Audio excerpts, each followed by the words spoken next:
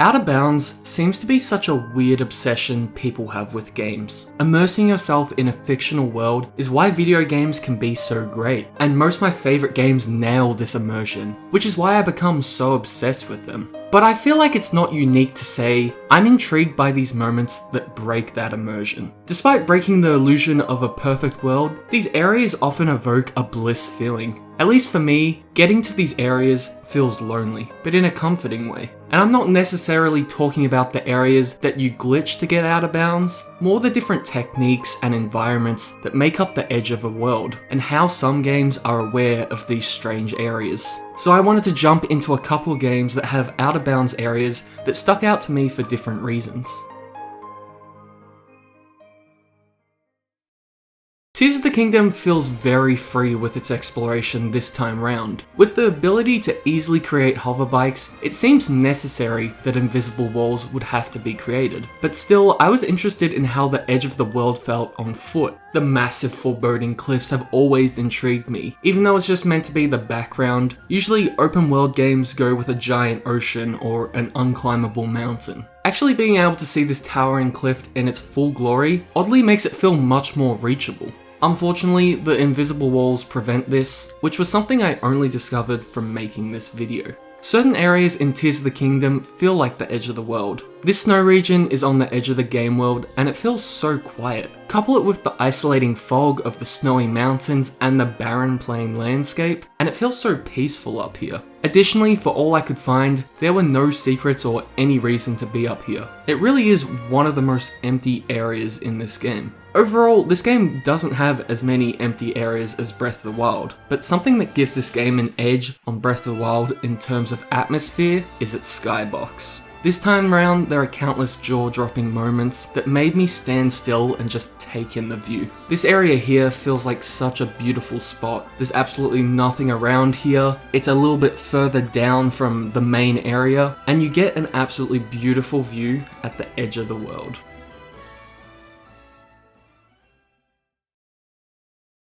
Risk of Rain 2 is a game that rarely lets you relax. Hordes of enemies are always teleporting out of nowhere. Whenever you think you have a second to pick up a chest, out of nowhere an enemy will just self-destruct on you. It's really stressful, but it's a constant action type of game, and that's why I love it. Which is why you could realistically never discover the plethora of out-of-bounds secrets in this game. Getting to these areas midway through a stage feels so relaxing, as you get to distance yourself from the chaos. And these are those types of landscapes that feel like an afterthought. Just plain landscapes on the edge of a floating map. But the devs are totally aware that players will eventually find these places, as there's these shrines you can pray to unlock a blue portal. Like this one in the desert world seems impossible to reach, but certain characters can easily break the game, so it's nice to know the devs thought about this, and in some cases reward the player for exploring. There's a lot of secrets that are like this, hidden in plain sight but require a watchful eye. One of my favourite hidden areas comes from basically going out of bounds. In most games there would probably be a death plane here, but this game challenges that instinct and resultantly it feels illegal to be here.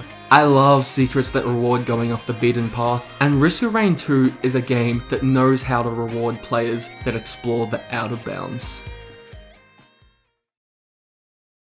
It's always been interesting to me dissecting the environment of Mario Kart courses, seeing how this place would actually function if it were a real place. Things like following where the trams go, or looking into the towns around racetracks. Something about treating a course that has no need for world building as a fully lived in, breathing environment, something about that really appeals to me. Mario Kart 8 is phenomenal with its over-the-top details, but I think Mario Kart 64 gave players more incentive to explore the courses. Royal Raceway is famous for having one of the coolest Easter eggs, where you can just leave the course and explore Peach's castle. In racing games especially, this feels like a huge disconnect from the game, as you trade frantic racing with peaceful observations. Another track that more so nails the out of bounds feeling is Calamari Desert. Like, this is the most open Mario Kart track. Unfortunately, Lacquer 2 will just take you back if you get out too far, but just having this endless desert right in front of you makes this course feel a lot more isolating. What really makes this course noteworthy is the train. Going into the tunnel feels forbidden. Like, this could have totally been an invisible wall. I appreciate that it wasn't, because it gives such a claustrophobic vibe where the train could pass by at any second. I'm not sure if Nintendo were fully aware of how alluring the tunnel would be, but when this course was remade, they actually integrated the tunnel into the track design. Don't get me wrong, this was an extremely innovative idea and it makes this track the best version, but it also removes the special feeling of going somewhere you shouldn't be.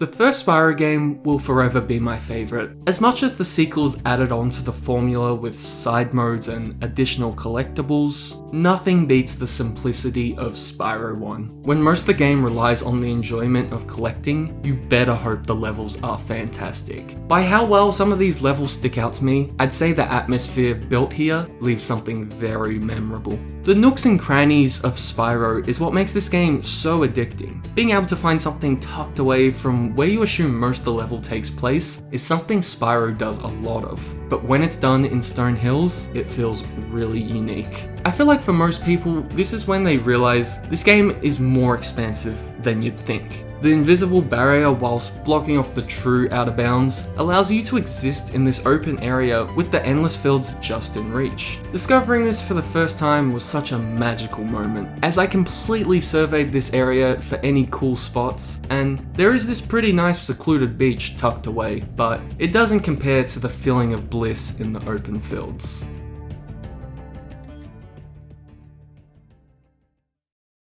So, I wanted to briefly go over Mario Odyssey, because although it doesn't really have any moments that stick out as peaceful, I wanted to talk about a satisfying way it deals with outer bounds. Because the movement in this game is so crazy. There's so many moments where you can just skip major parts of the game. So when you go to this area in the Sand Kingdom, the devs are completely aware of the outer bounds areas that are accessible, and acknowledge that by rewarding you with coins. There's actually plenty of points where this happens, but this one was something that really stuck out to me, and I knew I had to mention it in this video.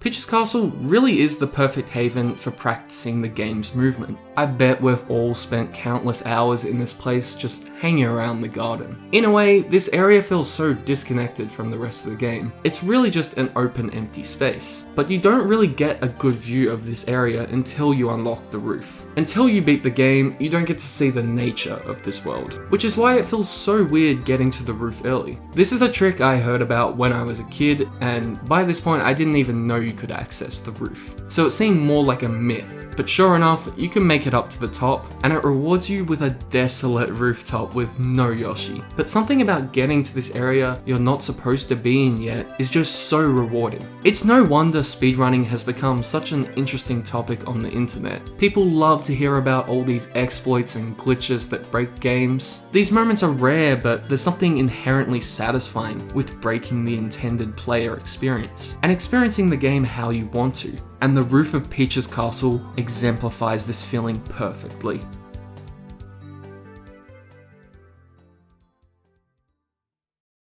Exploring the edge of some of my favourite video game worlds was not just really interesting, but also oddly relaxing. I hope this was just as interesting for you guys, but I can totally see how I've just been talking about plain landscapes for the whole video. But it's really just one of those indescribable feelings. Like, it's kinda sad being on the edge of the world, knowing this is where the immersion breaks. The desire to explore the outer bounds comes from an intrigue in the unknown, but we all know there's nothing out there. We know these are just walls developers have put up to guide us back to the action. Yet still, there's a sense of wonder you feel gazing off into the distance. You wonder what would be out there if you could break the rules. And in a way, the thought of what's out there in this moment and how this world continues is certainly better than the reality.